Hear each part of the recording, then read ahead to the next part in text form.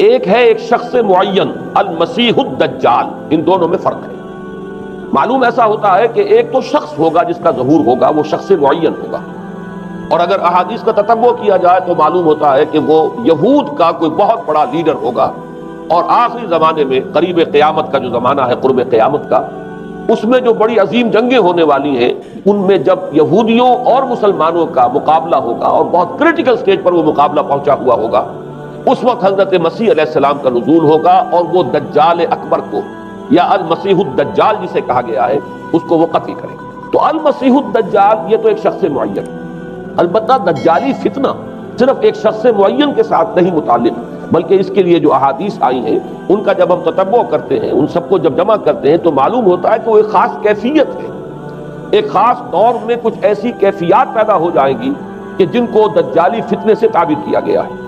وہ کیفیات کیا ہیں، میں کچھ احادیث کے حوالے سے وہ میں نوٹ کر کے لایا ہوں، آج آپ کے سامنے رکھ رہا ہوں۔ پہلی بات یہ معلوم ہوتی ہے کہ اس دور میں، اس دجالی فتنے میں، انسان کو جو قواعد طبعیہ ہیں، جو قدرت کی طاقتیں ہیں، کائناتی قوتیں ہیں، ان پر غیر معمولی غلبہ، اختیار حاصل ہو جائے گا، اور وہ دجال متصرف ہوگا ان تمام قواعد طبعیہ پر، بالکل ایسے انداز میں جیسے کبھی انبیاء کرام علیہ السلام کو اللہ تعالیٰ معجزے عطا فرماتے ہیں۔ وہ معجزے کہ جو اللہ تعالیٰ کے فضل و کرم سے اللہ کے رسولوں کو عطا ہوئے ہیں، گویا کہ وہ سب کی سب کیفیات ہیں کہ جو دجال کے بارے میں قرآن مجید یا احادیث نبیہ میں وارد ہیں۔ مثلا پہلی بات یہ بتائی گئی کہ اس کے لیے فاصلہ بے معنی ہو کر رہ جائے گا، انتہائی تیز رفتاری ہوگی جو اسے حاصل ہوگی۔ چنانچہ الفاظ یہ ہے کالغیث استدبرت الريح، وہ ایک ایسے طوفان کے مانند جو ہے وہ سیلاب آئے گا کہ جیسے کوئی بہت زوردار آندھی جو ہے اس کے ساتھ طوفان آیا کرتا ہے۔ آپ سائیکلون کا تصور کیجئے کہ جس طریقے سے وہ ایک انتہائی تیز رفتار ہوا جو ہے وہ طوفان کو لے کر آتی ہے، اس طور سے وہ فتنہ پھیلے گا۔ ایک اور حدیث میں الفاظ ہے فَلَا تَدَعُ قَرْيَةً إِلَّا حَبِطَتْهَا فِي 40 لَيْلَةً، یہ مسلم شریف کی روایت ہے حضرت نواس بن سمعان رضی اللہ تعالیٰ عنہ۔ کوئی قریہ تک نہیں چھوڑے گا دنیا کی کوئی آبادی چھوٹی سے چھوٹی جس میں وہ نہیں پہنچ جائے گا 40 دن کے اندر اندر۔ یہ اس کی تیز رفتاری کا عالم ہوگا، گویا کہ میں تعبیر کر رہا ہوں اسے ان الفاظ سے کہ فاصلہ بے معنی ہو کر رہے گا۔ اسی کے ضمن میں بعض اور روایات آئی ہیں۔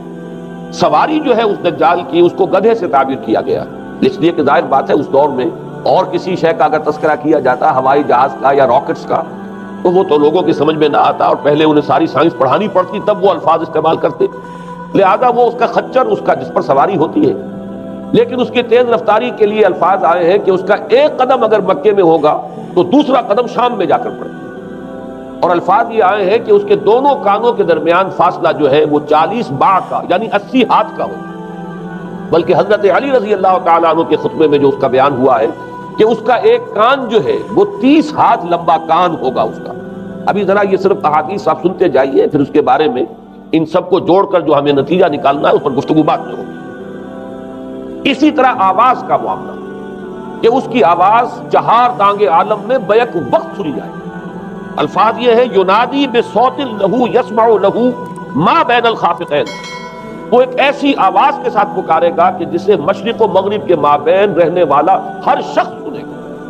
اس کی آواز جو ہے گویا کہ وہ تمام فاصلوں کے جو پردے ہیں اس کے لیے وہ حائل نہیں رہیں گے، بلکہ یہ کہ اس کی آواز جو ہے پوری دنیا میں مشرق و مغرب میں بیک وقت سنائی دے گی۔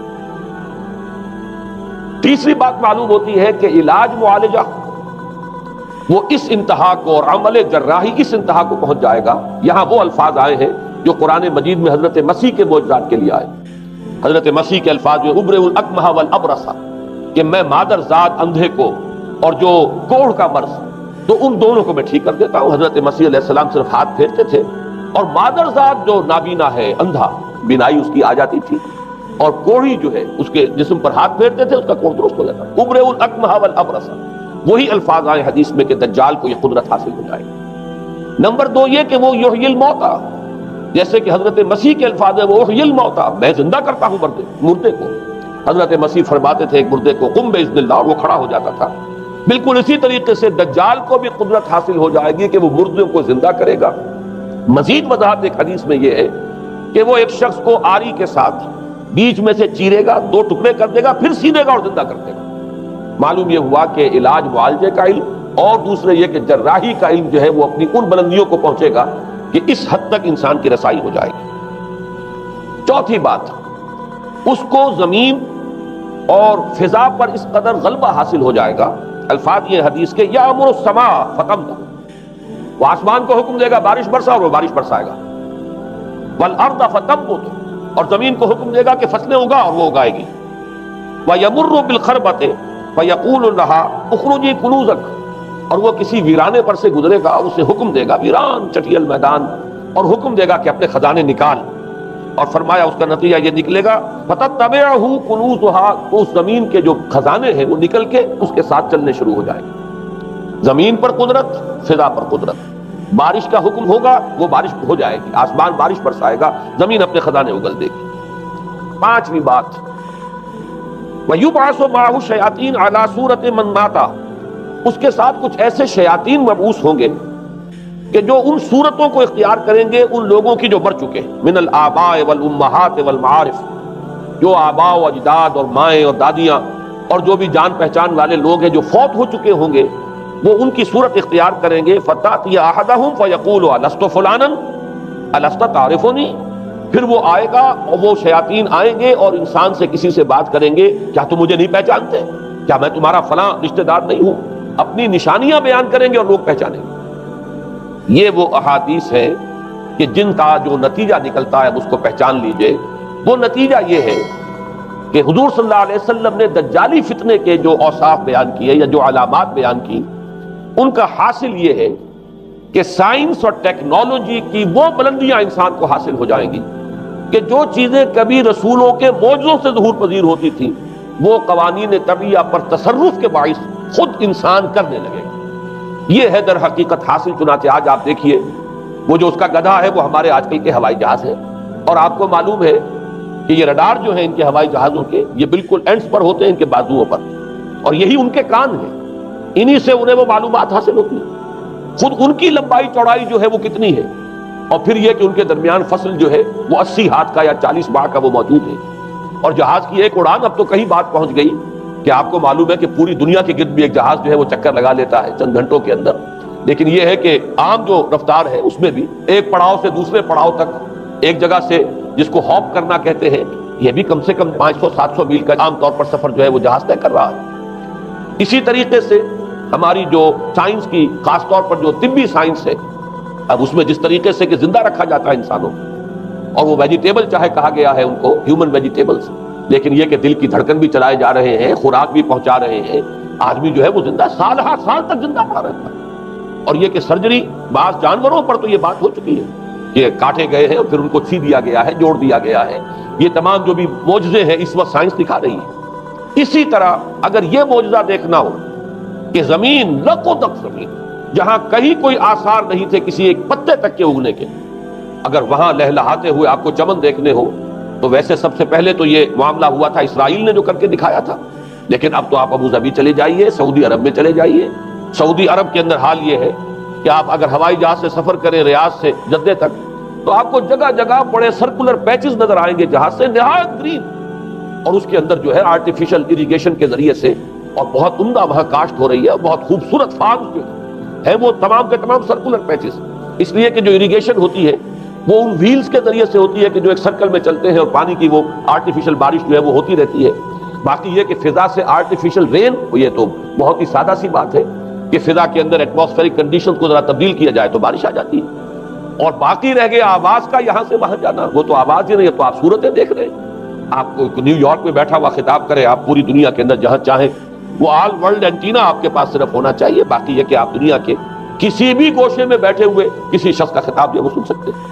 تو معلوم یہ ہوا کہ در حقیقت یہ جو دجالی فتنہ ہے، یہ جس کے اوصاف جو بیان کیے گئے، ابھی میں اس کو لفظ فتنہ سے تعبیر نہیں کر رہا، اسے جس چیز نے فتنہ بنایا وہ ابھی میں آپ سے عرض کروں گا، لیکن یہ جتنے اوصاف حدیث میں آئے، جتنی صفات بیان ہوئی ہیں، جو کوائف وہاں سامنے آ رہے ہیں، ان سب کا حاصل تو ایک لفظ میں یہ ہے کہ سائنٹیفک ڈیولپمنٹ اور ٹیکنالوجیکل ڈیولپمنٹ وہ اس درجے کی ہو جائے گی کہ قواعد طبیعیہ پر، فورسز آف دی نیچر پر انسان کو تصرف اور تسلط حاصل ہو جائے گا، اور وہ انہیں استعمال کرے گا، اور اس طریقے سے اس کے اندر وہ ساری کی ساری کیفیات جیسے کہ آج ہم دیکھ رہے ہیں اپنی نگاہوں کے سامنے وہ پیدا ہو جائیں گی۔ اب سوال یہ ہے کہ اس شے کو فتنہ کس چیز نے بنایا؟ یہ بات سمجھ لیجیے، جہاں تک سائنسی ترقی کا تعلق ہے، تکنیکی ترقی کا تعلق ہے، یہ چیزیں فی الاصل فتنہ نہیں ہے، یہ تو وہ علمہ آدم الاسماء کلہا کا ظہور ہے۔ اللہ تعالیٰ نے ازل میں حضرت آدم علیہ السلام کو جو صلاحیت عطا فرما دی تھی، یہ ایکسفولیشن ہے اس کا ظہور ہے۔ جیسے کہ آم کی گٹھلی میں آم کا درخت ہے، لیکن ظاہر بات ہے کہ اس کو درخت بننے میں وقت لگتا ہے، پہلے وہ 2 پتے نکلتے ہیں، پھر وہ بڑھتا ہے معاملہ، کئی سال میں جا کر وہ درخت جو ہے وہ جوان ہوگا، وہ پھل دے گا۔ اسی طریقے سے یوں سمجھیے کہ بالقوہ وہ علم حضرت آدم علیہ السلام کو دے دیا گیا، یعنی وہ صلاحیتیں ودیت کر دی گئی، وہ فیکلٹیز، سمع اور بصر اور فؤاد، دیکھو سنو نتیجہ نکالو اور آگے بڑھو۔ آپ نے چیز دیکھی، ایک سنی، نتیجہ نکالا، اس کو نوٹ کیا، آگے بڑھے، پھر کوئی چیز دیکھی، پھر کوئی سنی، اپنے سابق جو نتیجہ آپ نے نکال کر محفوظ کیا تھا اپنی میموری میں، اس کے ساتھ اس کو ٹیلی کیا، کوئی اور نتیجہ نکل آیا اور آگے بڑھے۔ تو یہ تو سٹیپ بائی سٹیپ، قدم با قدم انسانی علم آگے بڑھ رہا ہے۔ یہ ہرگز فتنہ نہ ہوتا، میرے الفاظ پر توجہ کیجئے، اگر اس کے ساتھ متوازن طور پر ایمان اور روحانیت کا ارتقا بھی ہوتا رہے، اگر اس کے ساتھ اللہ کی معرفت، اللہ کی محبت، آخرت کا ایمان، منزل انسان کی جو ہے وہ آخرت ہے، دنیا نہیں ہے، اگر یہ چیزیں ساتھ کے ساتھ ہوتی تو یہ ہرگز فتنہ نہیں۔ فتنہ در حقیقت اسے جس نے بنایا ہے وہ یہ ہے کہ کچھ ایسے اسباب ہوئے ہیں، اور وہ اسباب آج مجھے بیان کرنے کہ در حقیقت موجودہ عیسائیت اس کا سب سے بڑا سبب ہے۔ اس کے نتیجے میں ایک بہت بڑا گیپ ہے، اپالنگ گیپ ہے، بڑا مہیب خلا ہے، بڑی وسیع خلیج ہے جو حائل ہو چکی ہے کہ ایمان اور روحانیت ختم ہوتے چلے گئے، اور یہ ٹیکنیکل اور سائنٹیفک ڈیولپمنٹ بڑھتی چلی گئی۔ ان دونوں کے درمیان جو مہیب خلا پیدا ہوا ہے اس نے اسے فتنہ بنا دیا ہے، اور عظیم ترین فتنہ بنا دیا۔ ورنہ اگر اس کے ساتھ ہی اللہ پر ایمان، آخرت پر ایمان، اور انسان کے اندر ایمانی کیفیات، اس کی روحانی کیفیات اگر یہ بھی برقرار رہتی، بلکہ اس کے ساتھ متوازن طور پر ان کو ترقی کرنا چاہیے تھا، تو یہ ہرگز فتنہ نہیں ہے۔ تو پہلی بات یہ سمجھ لیجئے کہ اگرچہ دجالی فتنے کے جو صفات، اس کے اوصاف، اس کی علامات، اس کے مظاہر جو بھی حدیث کے ذریعے سے ہمیں معلوم ہے، جس کا میں نے ابھی آپ کے سامنے تذکرہ کیا، وہ سب در حقیقت تعبیر ہے اس دور کا جو محاورہ ہے، اس دور کی جو زبان ہے، اس دور میں جن الفاظ سے گفتگو کی جا سکتی تھی، اس دور کے ایڈیم میں آج کی جو سائنٹیفک اور ٹیکنالوجیکل ترقی ہے، گویا کہ اس کی تعبیر کی گئی ہے کہ وہ دجالی فتنہ ہوگا۔ لیکن اس شے کو فتنہ بنانے والی شے در حقیقت یہ ہے کہ ایک بہت بڑی خلیج حائل ہو چکی ہے ایمان اور روحانیت، اور دوسری طرف سائنٹیفک اور ٹیکنالوجیکل ڈیولپمنٹ میں ان دونوں کے درمیان اتنا بودھ اور فصل پیدا ہو گیا ہے کہ جس کی وجہ سے اس نے فتنے کی شکل اختیار کی۔ اس کا سبب کیا ہے، آج ہمیں اس پر غور کرنا ہے۔ دیکھیے حضرت مسیح علیہ السلام کا دین، اور جیسا کہ میں نے عرض کیا ہے سورہ کہف کے پہلے رکوع میں تذکرہ انہی کا ہو رہا ہے، وَيُنذِرَ الَّذِينَ قَالُوا اتَّخَذَ اللَّهُ وَلَدًا مَا لَهُم بِهِ مِنْ عِلْمٍ وَلَا لِآبَائِهِمْ كَبُرَتْ كَلِمَةً تَخْرُجُ مِنْ أَفْوَاهِهِمْ يَقُولُونَ إِلَّا كَذِبًا فَلَعَلَّكَ بَاخِعٌ نَفْسَكَ عَلَىٰ آثَارِهِمْ إِن لَّمْ يُؤْمِنُوا بِهَٰذَا الْحَدِيثِ أَسَفًا۔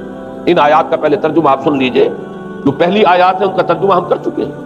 کل حمد اس اللہ کے لیے ہے جس نے اپنے بندے پر کتاب نازل فرمائی اور اس میں کوئی کجی نہ رکھی، جو بالکل سیدھی ہے، اور خبردار کرتی ہے ایک ایسی بڑی عظیم اور مہیب جنگ سے کہ جو خاص اللہ کی طرف سے ہوگی، اور بشارت دیتی ہے مومنین کو جو نیک عمل کریں کہ ان کے لیے بہت بڑا اور بہت عمدہ اجر ہے، ماکثین فیہ ابدا، وہ اس میں رہیں گے ہمیشہ ہمیشہ۔ وَيُنذِرَ الَّذِينَ قَالُوا اتَّخَذَ اللَّهُ وَلَدًا، اب دوہرا کر بات آئی، اور تاکہ خبردار کر دے ان کو جنہوں نے یہ کہا کہ اللہ نے کسی کو اپنا بیٹا بنایا۔ مَا لَهُم بِهِ مِنْ عِلْمٍ، نہیں ہے ان کے پاس اس کے بارے میں کوئی علم، وَلَا لِآبَائِهِمْ، نہ ان کے آباء و اجداد کے پاس کوئی علم تھا، کوئی عقلی دلیل نہیں، کوئی اللہ کی اتاری ہوئی کسی کتاب میں، اللہ کے اتارے ہوئے کسی صحیفے میں اس کے لیے سند نہیں۔ وَلَا لِآبَائِهِمْ كَبُرَتْ كَلِمَةً تَخْرُجُ مِنْ أَفْوَاهِهِمْ، بہت بڑی بات ہے کہ جو نکل رہی ہے ان کے منہوں سے، إِن يَقُولُونَ إِلَّا كَذِبًا، نہیں بول رہے یہ، نہیں کہہ رہے یہ مگر جھوٹ۔ فَلَعَلَّكَ بَاخِعٌ نَفْسَكَ عَلَىٰ آثَارِهِمْ، تو اے نبی صلی اللہ علیہ وسلم شاید کہ آپ اپنے آپ کو ہلاک کر لیں گے ان کے آثار پر۔ یہ آثار کے لفظ کو میں ابھی جو کا تو رکھ رہا ہوں، بعد میں اس کی وضاحت کروں گا۔ إِن لَّمْ يُؤْمِنُوا بِهَٰذَا الْحَدِيثِ أَسَفًا، اگر یہ لوگ ایمان نہ لائے اس حدیث پر، یہ حدیث قرآن، اس پر اگر یہ ایمان نہ لائے، جیسے کہ وہاں فرمایا گیا تھا اگر رحمت خداوندی میں داخل ہونا ہے اے بنی اسرائیل تو یہ شاہدرہ ہے رحمت خداوندی کا قرآن حکیم، آؤ اور داخل ہو جاؤ۔ یہاں پر ان عیسائیوں کو متنبہ کیا جا رہا ہے اگر وہ اس حدیث پر، یہ حدیث اللہ کی کتاب، احسن الحدیث کتاب متشابہہ فبأی حدیث بعدہ یؤمنون، اگر اس اللہ کی حدیث پر، اللہ کی کتاب پر یہ ایمان نہ لائے تو جو ان کے آثار ہوں گے، جو نتائج نکلیں گے، ان پر اے نبی شاید کہ آپ اپنے آپ کو صدمے اور رنج اور غم سے ہلاک کریں۔ یہ ہے در حقیقت وہ آیات کے جن میں تذکرہ ہو رہا ہے عیسائیت کا، لیکن عیسائیت سے مراد کیا ہے اسے سمجھیے۔ حضرت مسیح علیہ السلام کا دین تو بعین ہی وہی دین تھا جو دین آدم سے لے کر محمد تک صلی اللہ علیہ وسلم وعلیہ الصلوۃ والسلام جتنے انبیاء آئے ہیں ان کے دین میں کوئی فرق نہیں، دین توحید وہی ایمان، البتہ شرائع کے اندر، شریعتوں میں کچھ تفصیلی احکام میں فرق ہوا ہے، شریعت موسوی اور شریعت محمدی میں علی صاحب الصلوۃ والسلام تھوڑا فرق ہے، دین ایک ہی ہے۔ شرع لکم من الدین ما وصی بہ نوحا والذی اوحینا الیک وما وصینا بہ ابراہیم وموسیٰ وعیسیٰ، دین میں تو ہم نے وہی شے تمہارے لیے بھی معین کی ہے مسلمانوں، کہ جس کی کہ ہم نے نوح کو وصیت کی تھی اور جس کی کہ ابراہیم کو اور موسیٰ کو اور عیسیٰ کو وصیت کی، دین ایک ہے۔ ان الدین عند اللہ الاسلام، تو دین مسیحی بھی وہی تھا بعین ہی جو دین محمدی ہے اور دین موسوی ہے صلی اللہ علیہ وسلم علیہ الصلوۃ والسلام۔ البتہ حادثہ جو نہایت عظیم پیش آیا ہے وہ یہ ہے کہ ساؤل اس کا نام تھا پہلے، جس نے کہ اپنی زندگی میں حضرت مسیح علیہ السلام جب تک موجود تھے دنیا میں شدید انہیں تکلیفیں پہنچائیں، شدید ایذائیں پہنچائیں، ان کی مخالفت پر کمر بستہ رہا، لیکن اس کے بعد جب انہیں اٹھا لیا گیا، یا عیسائیوں کے عقیدے کے مطابق وہ سولی دیے گئے، اور اس کے بعد ان کا عقیدہ بھی یہ ہے کہ سولی پانے کے بعد پھر وہ زندہ ہو کر آسمان پر چلے گئے، جبکہ ہم یہ سمجھتے ہیں اور ہمارا ایمان ہے کہ انہیں سولی دی نہیں گئی، بلکہ انہیں تو پہلے ہی اٹھا لیا گیا تھا، ان کی جگہ کوئی اور ہے۔ انجیل برنباس نے یہ بات بالکل واضح کر دی کہ در حقیقت وہی حواریین میں سے جس نے کہ غداری کی تھی اور پکڑوایا تھا، مخبری کی تھی، وہی ہے جس کی شکل بنا دی گئی تھی حضرت مسیح علیہ السلام کے جیسی مانند، اور وہ شخص ہے کہ جو سولی چڑھا ہے۔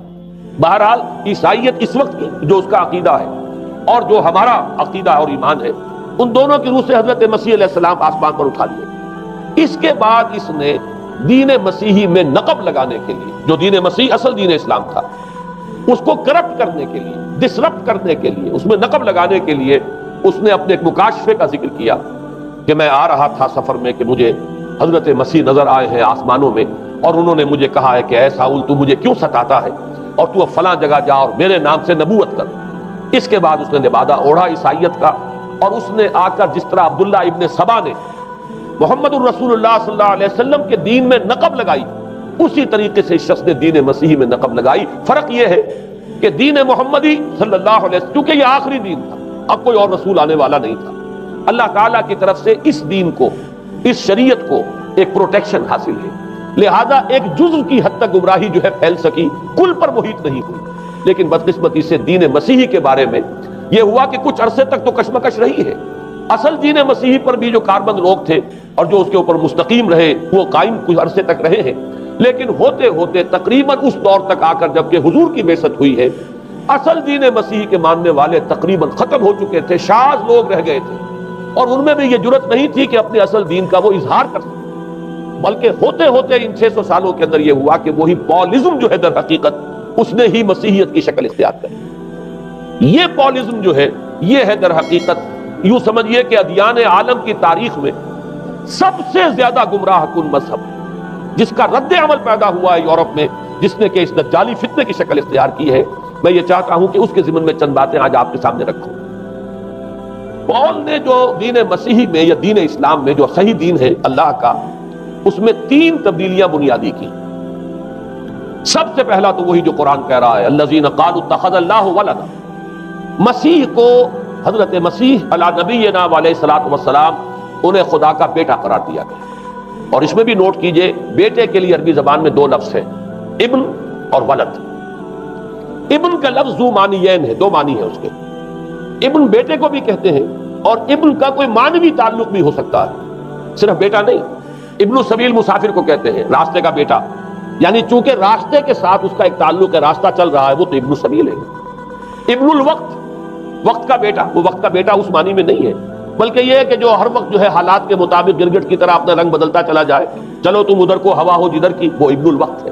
تو ابن الوقت اسی طریقے سے جو میں نے دوسری مثال دی ہے، ان کو اگر آپ سامنے رکھیں گے تو معلوم یہ ہوا کہ ابن کے تو دونوں معنی ہو سکتے ہیں، لیکن ولد یہ بالکل مخصوص ہے اولاد کے معنی میں ولد، یہ تو گویا کہ صلبی اولاد.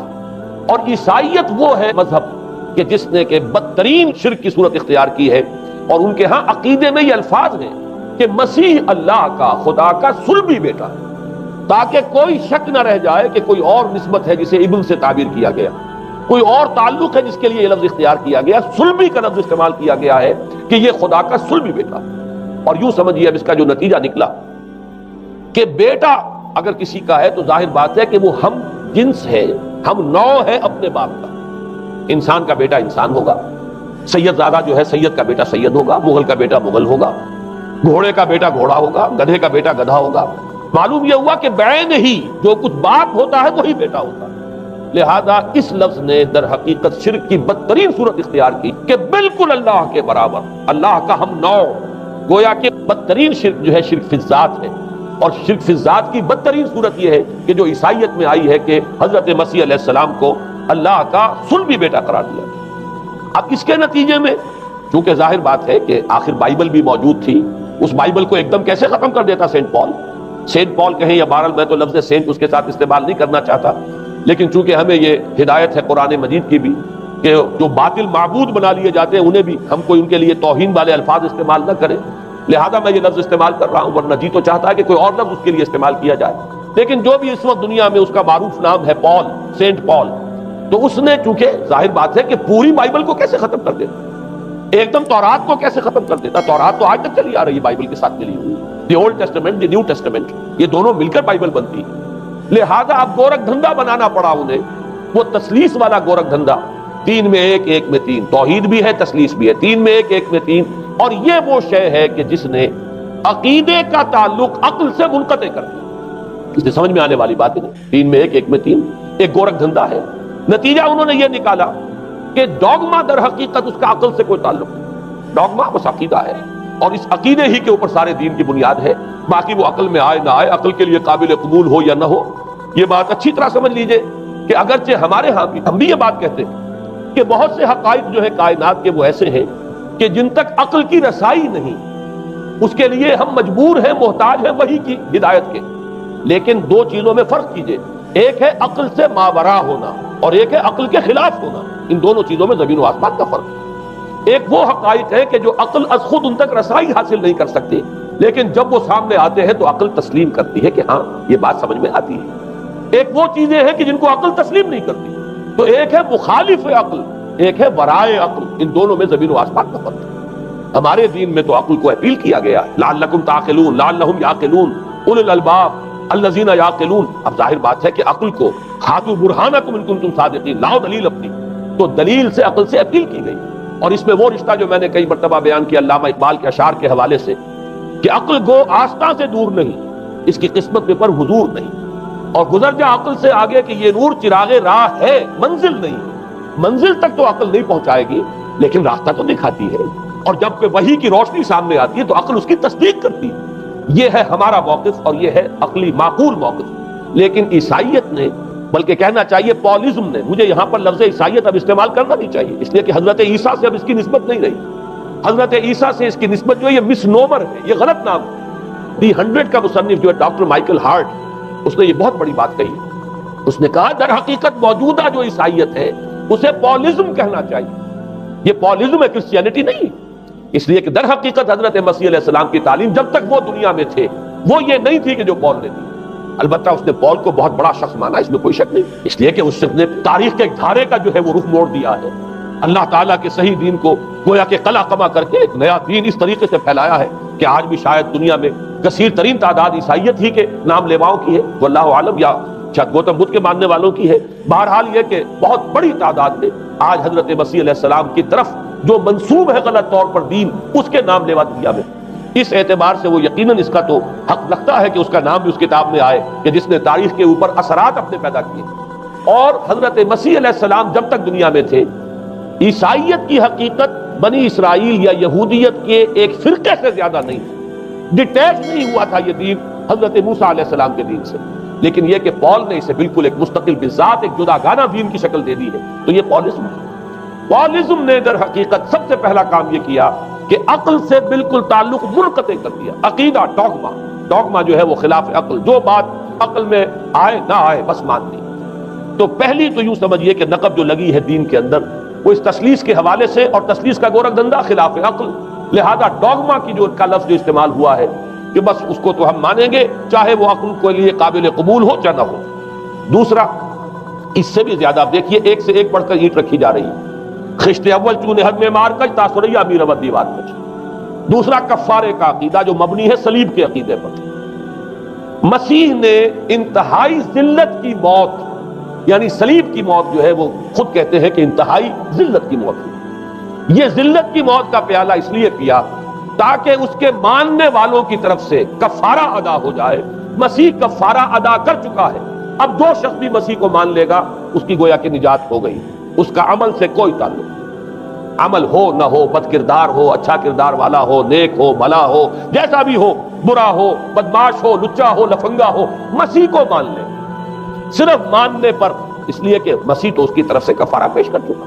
سارے گناہوں کا کفارہ جو ہے مسیح نے انتہائی ذلت آمیز موت جو ہے قبول کر کے گویا کہ اپنے ماننے والوں کے تمام گناہوں کا کفارہ دے دیا. یہ دوسرا عقیدہ. اس کا نتیجہ کیا نکلا؟ تسلیس نے عقل سے تعلق توڑ دیا تھا مذہب کا، اس نے عمل سے تعلق توڑ دیا. ڈوگما ہی ڈوگما ہے، نہ عقل سے کوئی تعلق نہ عمل سے کوئی تعلق، کوئی تعلق نہیں رہا. دین کی جڑیں جو ہے دونوں اعتبار سے، دین تو نام ان دو چیزوں کا الا الذین آمنوا وعملوا الصالحات، دونوں کی گویا کہ جڑیں منہدم ہو گئیں، بنیادیں منہدم ہو گئیں، جڑیں کاٹ دی گئیں کہ نہ اس کا تعلق عقل کے ساتھ ہے نہ عمل کے ساتھ. تیسری بات آئی ہے، اس نے کہا شریعت منسوخ. یہ عجیب ہے، دیکھیے جسے آئرنی آف فیٹ کہتے ہیں انگریزی زبان میں. ابھی تک بائبل کے اندر سینٹ میتھیو کے جو روایت ہے، متی کی انجیل جسے کہا جاتا ہے gospel of the lord according to saint Matthew, اس میں جو سرمن آف دی ماؤنٹ ہے، ایک واعظ ہونے کے اعتبار سے واقعتاً میں اس کی عظمت کا بڑا قائل ہوں، عظیم ترین واعظ ہے دنیا کا. اس کے شروع میں یہ الفاظ موجود ہیں، don't think I have come to destroy law. ہرگز یہ نہ سمجھنا کہ میں شریعت کو ختم کرنے آیا. وہ یہ کہہ کر گئے تھے کہ شریعت موسوی تم پر لاگو رہے گی، عائد رہے گی، لیکن پال نے تیسرا نقب لگایا شریعت ساقط کر دی. اس کی ضرورت کیوں محسوس ہوئی یہ بھی سمجھ لیجئے. حضرت مسیح یہ کہہ کر گئے تھے کہ میں صرف بنی اسرائیل کے لیے آیا ہوں، میں اسرائیل کے گھرانے کی کھوئی ہوئی بھیڑوں کی تلاش میں آیا ہوں. انجیل میں یہ الفاظ آج بھی موجود. حضرت مسیح نے اپنے حواریین کو جب بھیجا ہے کہ اب جاؤ تبلیغ کرو میری طرف سے، اس کی ہدایتوں میں ایک ہدایت یہ بھی ہے کہ تمہیں صرف اسرائیلیوں تک تبلیغ کرنی ہے، باہر نہیں. میں صرف اسرائیلیوں کی طرف رسول بنا کر بھیجا گیا ہوں. یہ الفاظ بھی موجود ہیں.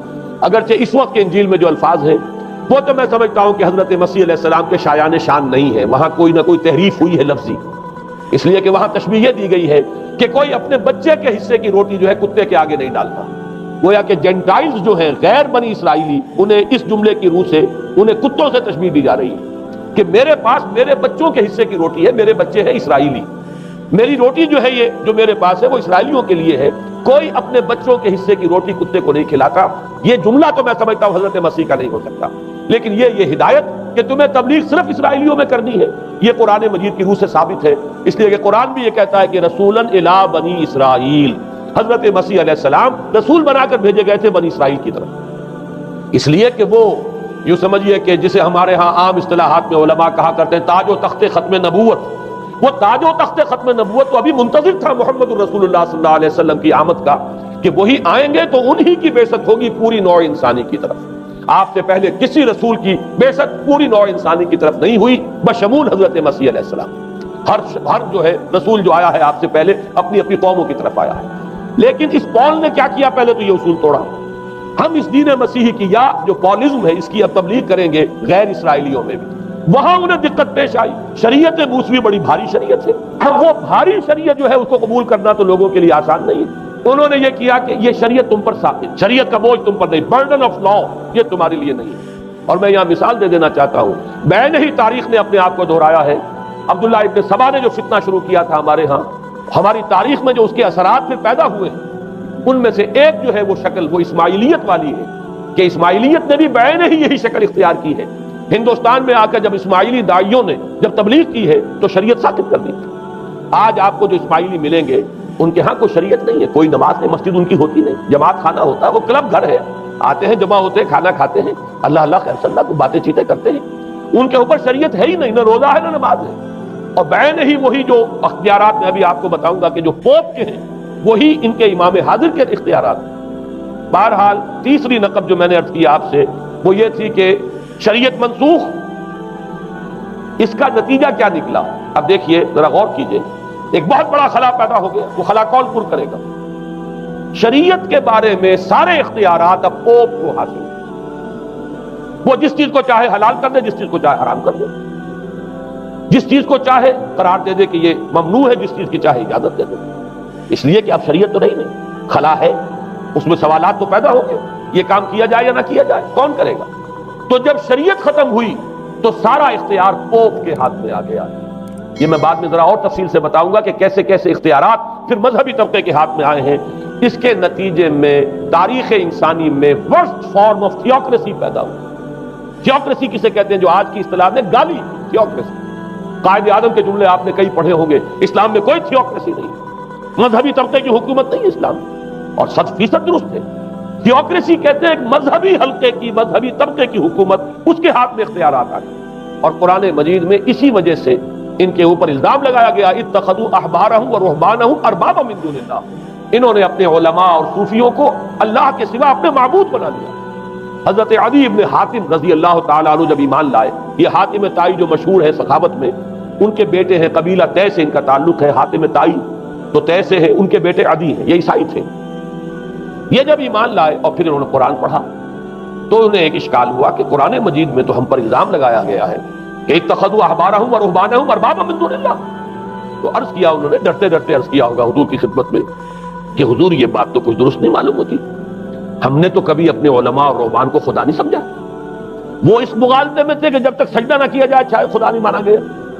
حضور نے پوچھا کیا ایسا نہیں ہے کہ جس چیز کو وہ حلال کہتے تم حلال مان لیتے ہو، جس چیز کو حرام کہتے ہیں حرام مان لیتے ہو؟ جی ہاں یہ تو ہے، یہی تو فرمایا اربابا من دون اللہ ہے۔ تحلیل و تحریم کا اختیار صرف اللہ کے ہاتھ ہے، یا اللہ کے نمائندے کی حیثیت سے اس کے رسول کے پاس ہے جس کو وحی آتی ہے، اس کے بعد کسی کو اختیار نہیں ہے۔ اجتہاد کر سکتا ہے لیکن اجتہاد کے لیے دلیل دینی ہوگی، نص سے، کتاب اللہ سے کوئی دلیل لاؤ، سنت رسول اللہ سے کوئی دلیل لاؤ، استنباط کرو، عقل سے بات کرو۔ لیکن یہ ہے کہ تحلیل و تحریم یہ خدائی اختیار ہے، اللہ کے ہاتھ میں اس کا اختیار ہے، اور اللہ کے نمائندے کی حیثیت سے زیادہ یہ اللہ کے رسولوں کے ہاتھ میں اختیار آتا ہے۔ اس کے علاوہ کسی کے لیے، کسی اور کے لیے یہ مان لیا گیا، تبھی تو ان کو خدا بنا لیا گیا۔ اسی معنی میں آج کی جمہوریت جو ہے وہ بدترین شرک ہے کہ یہاں یہ تسلیم کیا جاتا ہے کہ سوورنٹی جو ہے وہ عوام کی ہے، سوورنٹی آف دی پیپل۔ کیا معنی ہے کہ عوام کے نمائندے جو چاہیں قانون بنا دیں، جس چیز کو چاہیں حلال ٹھہرائیں، جس چیز کو چاہیں حرام ٹھہرائیں۔ ان کے پاس حلت و حرمت کے جو پورے اختیارات ہیں ان کے پاس آ گئے۔ یہی تو خدائی مقام ہے، خدا کا مقام دے دیا گیا، اس سے بڑا شرک کیا ہوگا؟ در حقیقت حاکمیت غیر اللہ اس دور کا سب سے بڑا شرک۔ تو وہاں یہ حق جو ہے دے دیا گیا علماء کے ایک طبقے کو، پوپ کو۔ تو گویا کہ تاریخ انسانی کی بدترین تھیوکریسی، بدترین مذہبی استبدادی حکومت قائم ہوئی ہے یورپ میں۔ اس کے حوالے سے میں کچھ تاریخی حوالے بھی اب آپ کے سامنے رکھوں۔ دیکھیے جب تک پال نے یہ کام شروع کیا ہے تو تقریباً 3 صدیوں تک تو یہ صرف ایک مذہبی تبلیغ کا کام ہوا ہے۔ انہوں نے کوششیں کی، محنتیں کی، پیغام پہنچایا، اور جیسا کہ میں عرض کر چکا ہوں اس وقت تک گڈمٹ تھے، پال کے ماننے والے بھی تھے اور حضرت مسیح کے جو اصل صحابہ تھے جو ان کے حواریین تھے ان کے ماننے والے بھی تھے، لہذا کشمکش ان کے اندر بھی چل رہی تھی۔ لیکن ظاہر بات ہے کہ حضرت مسیح کے اصل حواریین وہ تو اول تو یہ کہ اپنی گفتگو رکھ رہے تھے محدود بنی اسرائیل تک، نمبر 2 یہ کہ انہوں نے تو شریعت کو ساقط نہیں مانا۔ جنگل کی آگ کی طرح جو مسیحیت پھیلی ہے وہ پالزم والی مسیحیت، اس لیے کہ اس میں تو کوئی شریعت کا کوئی بوجھ نہیں، کوئی حلال نہیں، کوئی حرام نہیں، کوئی نماز نہیں، کوئی روزہ نہیں، لہذا یہ تیزی کے ساتھ پھیلی۔ اور 300 برس تک تو ایک کشمکش جو ہے جاری رہی، انہوں نے تبلیغیں کی، مصائب جھیلے، کشمکش اندر بھی چلی باہر بھی چلی۔ لیکن اس کے بعد قیصر روم قسطنطین، قسطنطین جسے کہتے ہیں، جس کا یہ قسطنطنیہ ہے، قسطنطین، اس نے یہ محسوس کیا بالکل اکبر کی طرح، جیسے اکبر نے محسوس کیا تھا کہ میری مملکت کے اندر یہ مذہبی تصادم جو ہے یہ سب سے بڑی یوں سمجھیے کہ انسٹیبلٹی کا سبب ہے، لہذا ان تمام مذہبوں کو ایک ہاون دستے میں ڈال کے کوٹ پیس کر ایک بناؤ۔ وہ جو دین اکبری یا دین الہی جو اس نے کیا تھا اس سیاسی مصلحت کی وجہ سے کہ یہ ہندو مسلم تصادم اور دوسرے مذاہب کا ٹکراؤ جو ہے وہ ہندوستان کو ایک سیاسی وحدت اور ایک اپنی سیاسی عظمت کی طرف پیش قدمی کرنے کا جو راستہ ہے اختیار کرنے سے روکتا ہے، لہذا یہ کام کیا جائے۔ یہی قسطنطین نے کیا۔ اس نے جب دیکھا بڑی کشمکش چل رہی ہے، اس نے خود عیسائیت اختیار کی۔ عیسائیت کون سی اختیار کی؟ پالیزم والی۔ ظاہر بات ہے اس کے لیے بھی اصل عیسائیت اختیار کرنا جو مشکل تھا، پالیزم والی۔ اور اس کے بعد یہ اب اسٹیٹ کی جو مشینری تھی، جو طاقت تھا، جو دباؤ تھا، اس کے حوالے سے اب یہ مسیحیت جو ہے پورے رومن امپائر کے اندر اب یہ بڑی تیزی کے ساتھ، جس کو کہنا چاہیے، اس کا ایک نظام قائم ہوا، اور جو مذہبی طبقہ تھا اس کا اقتدار مستحکم ہوا۔ اس کے باوجود 200 برس اور گزرے۔ یونان چونکہ بہت بڑا مرکز تھا علم کا، فلسفے کا، سائنس کا، حکمت کا، آپ کو معلوم ہے یہ تمام ارسطو ہو، افلاطون ہو، یہ سب یونان کے ہیں، ارشمیدس ہو، یہ تمام کے تمام جو بھی ہے، تو سائنس اور فلسفہ دونوں اس کا گہوارہ یونان تھا۔ یونانی حکما اعتراض کرتے تھے، لہذا سن 529 اس کو نوٹ کر لیجیے۔ جسٹینین ایک قیصر تھا، اب قسطنطین کے 200 برس بعد، اس نے اپنی پوری مملکت میں فلسفہ اور سائنس کی تعلیم حرام قرار دی۔ کوئی نہ فلسفہ پڑھ سکے گا نہ سائنس، جو فلسفہ پڑھے گا اس کو مرتد قرار دے دیا جائے اور زندہ آگ میں جلا دیا جائے گا۔ انکوزیشن کورٹس قائم ہوئی، وہ صرف مذہبی عدالتیں اس لیے قائم ہوتی تھی کہ جس کے بارے میں معلوم ہو جائے کہ یہ فلسفہ پڑھتا ہے یا یہ سائنس پڑھتا ہے، اس لیے کہ فلسفہ اور سائنس دونوں جڑ کاٹتے ہیں اس ڈوگما کی۔ وہ ڈوگما جو پالیزم والا ڈوگما ہے، اس کی جڑ کھودنے والی ہیں دونوں چیزیں، اور چونکہ وہ دونوں عقل کو اپیل کرتی ہیں، یہ ڈوگما عقل کے متضاد ہے، لہذا مذہب کا تحفظ اسی طرح ہو سکتا ہے کہ اب ان دونوں کو بالکل ممنوع قرار دے دیا جائے۔ یوں سمجھیے کہ تقریباً 1000 برس تک یورپ میں، چونکہ سب سے بڑی امپائر یہی تھی، یورپ میں فلسفہ اور حکمت اور یہ سائنس کی تعلیم ممنوع ہے۔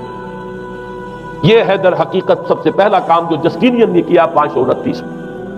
اس کے بعد آگے چل کر پوپ کا جو اقتدار ہے وہ اتنا زبردست بنا ہے، پوپ کو اختیار حاصل ہو گیا، جس چیز کو چاہے وہ قانون کا درجہ دے دے، اس لیے کہ شریعت تو ہے نہیں، خلا پوپ کون کرے گا؟ پوپ کو کرے گا۔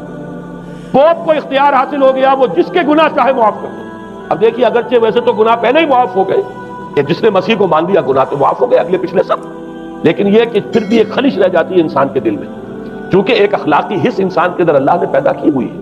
جب کوئی شخص کرتا ہے، کوئی بدکاری کرتا ہے، کوئی چوری کرتا ہے، ڈاکہ ڈالتا ہے، تو وہ جو ایک کانشنس ہے، وہ جو پرک کرتا ہے، اس کو بھی ختم کرنے کے لیے اگر پوپ یا کارڈینل یا اس کے کسی نمائندے کے سامنے جا کر اعتراف گناہ کر لو اور کچھ اس کی مٹھی گرم کرو، کچھ ہدیہ پیش کرو، تو توبہ نامہ، معافی نامہ تمہیں دے دیا جائے گا، اور وہ جو چیز ہے وہ تمہارے لیے سند ہے کہ کوئی تم سے باز پرس تمہارے گناہ کے نہیں ہوگی۔ پھر ان کی قیمتیں تھی، ان کے لیے بڑی بڑی جو ہے ہدیے مقرر کیے گئے تھے۔ تیسری چیز، بائبل کا اول تو یہ کہ مفہوم جو ہے وہ کوئی سند نہیں ہے، اس لیے کہ بائبل ہانٹ کر رہی تھی نا، اولڈ ٹیسٹمنٹ بھی ہے، یہ حضرت مسیح کی یہ 4 انجیلیں بھی ہیں، یہ تعلیم کچھ اور ہے، لہذا بائبل جو ہے وہ سند نہیں ہے، سند پوپ کا جو ہے فرمان وہ سند ہے۔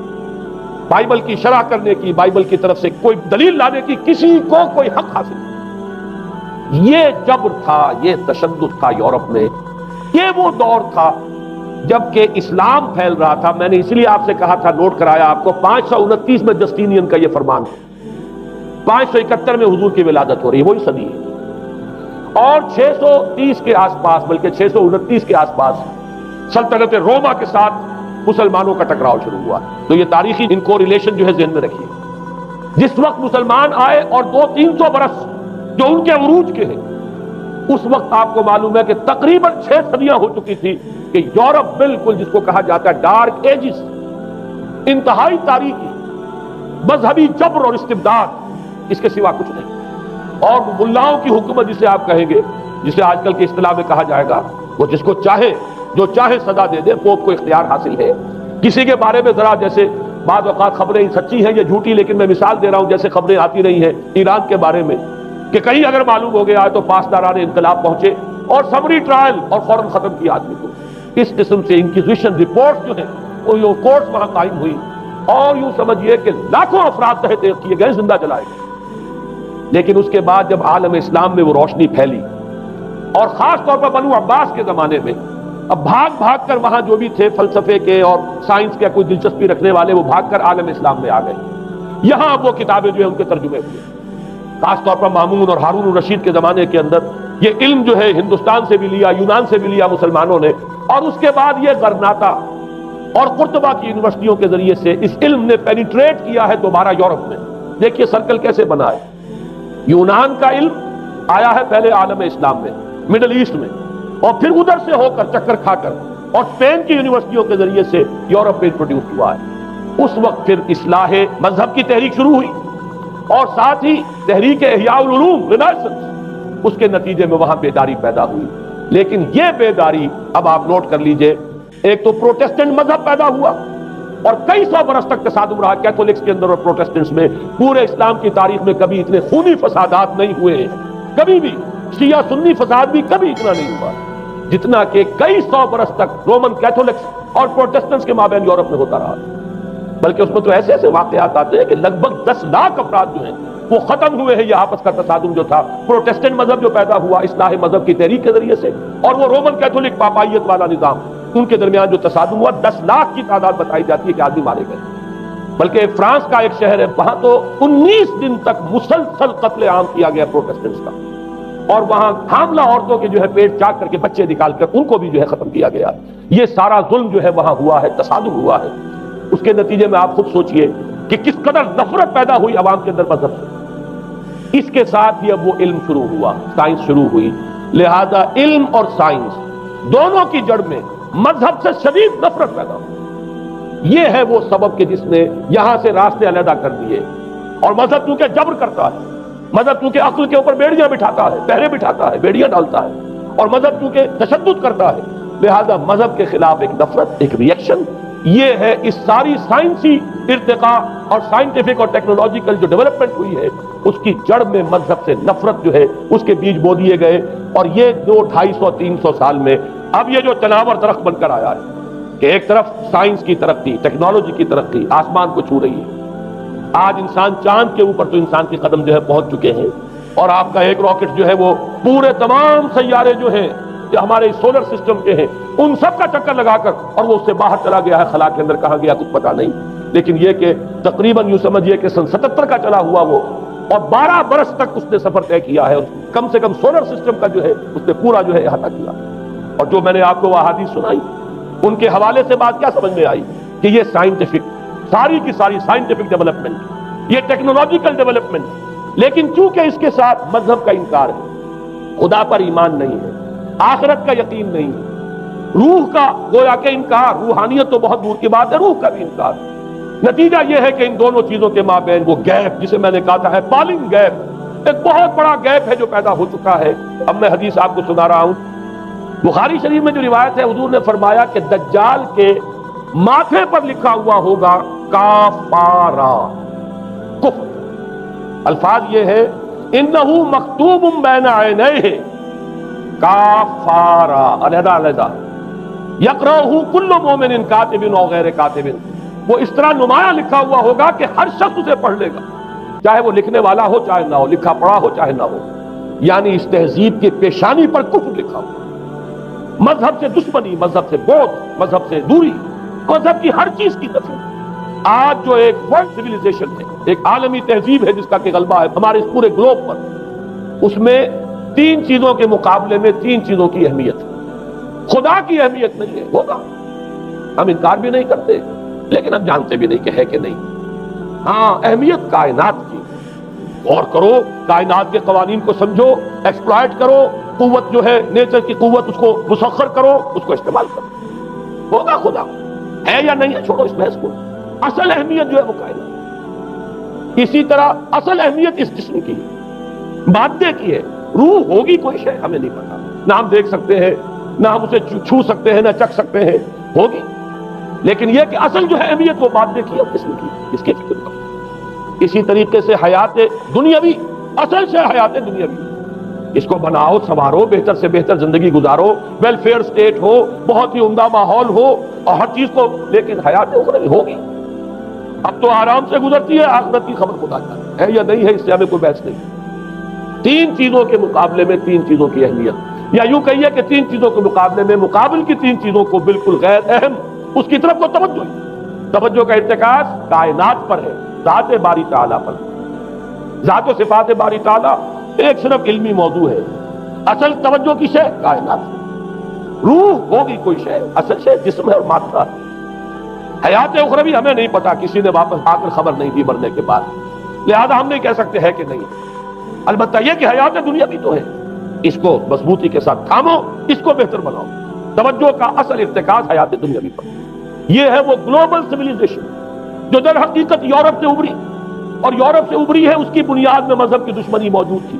جو رد عمل تھا در حقیقت اس پاپائیت کے نظام کا، جو پولزم کے ذریعے سے دنیا میں قائم ہوا، یہ وجہ ہے۔ اور آج انسان جہاں کھڑا ہے غور کیجئے، انتہائی ہولناک جنگ جو ہے وہ اس کے سر پر ایک خطرے کے طور پر مسلط ہے۔ دو جنگیں اس ایک صدی میں ایسی ہو چکی ہیں جنہیں اپنے ورلڈ وار 1 اور ورلڈ وار 2 اتنے بڑے پیمانے پر قتل و غارت دنیا میں پہلے کبھی نہیں ہوئی، اس لیے کہ پہلے فوجوں کی جنگیں ہوتی تھی، آبادیوں پر جا کر کہیں کوئی قتل عام ہو گیا، ورنہ یہ کہ قبضہ لیا۔ پہلے وہ کسی اور کی ریت تھے، اب کسی اور کی ریت ہو گئی۔ آیا بابر آیا، اس نے پانی پت کے میدان کے اندر ابراہیم لودھی کو شکست دے دی، دلی میں آ کر اس نے کسی کا خون نہیں بہایا، بس وہ آ کے تخت پر قابل ہو گئے۔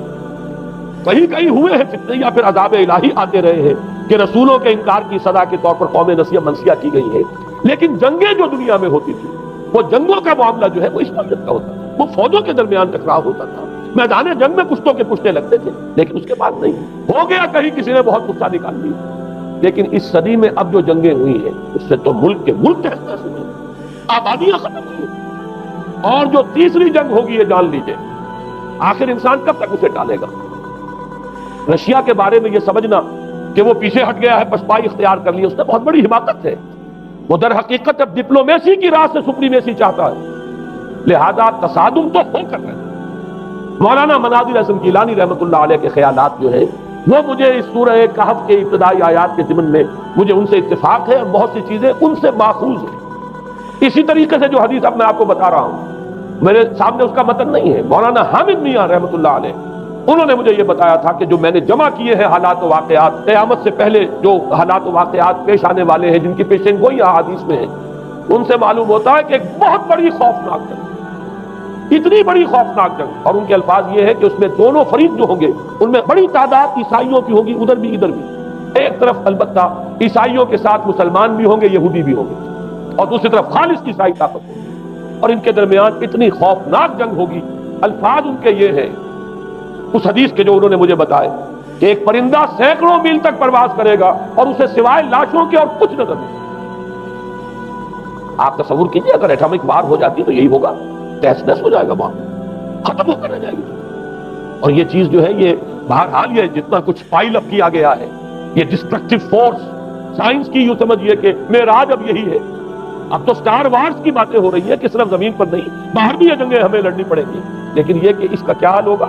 امریکہ میں ایک پکچر تیار کی گئی تھی، دی ڈے آفٹر غالباً اس کا نام ہے، اس میں ایک نقشہ دکھایا گیا ہے اس قدر ہولناک کہ یہ 100 اور اونچی منزلہ عمارتیں جو ہے یہ ایسے جیسے کہ کچے گھروں میں ہوتے ہیں، ایسے وہ پگھل کر رہ جائیں گی، اور یوں سمجھیے کہ انسان جو ان کے اندر ہوں گے، ایک ایک منزل کے اندر، ایک ایک ایسی 100 منزلہ عمارت کے اندر ہزاروں آدمی ہوتے ہیں، جیسے کہ کوئی ایسی کالونی ہو کوئی ان کی چیوٹیوں کی، اور اس پوری کالونی کو آپ اپنے پاؤں سے بسر دیں، ایسے انسانوں کا حال اگر وہ جنگ ہو جاتی جس کا نقشہ کھینچا گیا۔ یہ ہے در حقیقت وہ بات کہ جو مولانا مناظر حسن گیلانی فرما رہے ہیں ان آیات مبارکہ میں، وَيُنذِرَ الَّذِينَ قَالُوا اتَّخَذَ اللَّهُ وَلَدًا، تاکہ خبردار کر دے یہ قرآن ان لوگوں کو جنہوں نے کہا ہے کہ اللہ نے بیٹا بنایا، بدترین شرک کا جنہوں نے ارتکاب کیا، اور اسی ولدیت مسیح کے عقیدے سے وہ ساری کرپشن جو ہے دین خداوندی کی، دین مسیح کی اصل جو دین تھا اس کی جو ہوئی ہے، اور اس کے نتیجے میں آج نوع انسانی وہاں کھڑی ہے۔ اسی لیے آیت نمبر 2 میں فرمایا وَيُنذِرَ بَأْسًا شَدِيدًا مِّن لَّدُنْهُ، تاکہ خبردار کر دے ایک بہت بڑی جنگ سے۔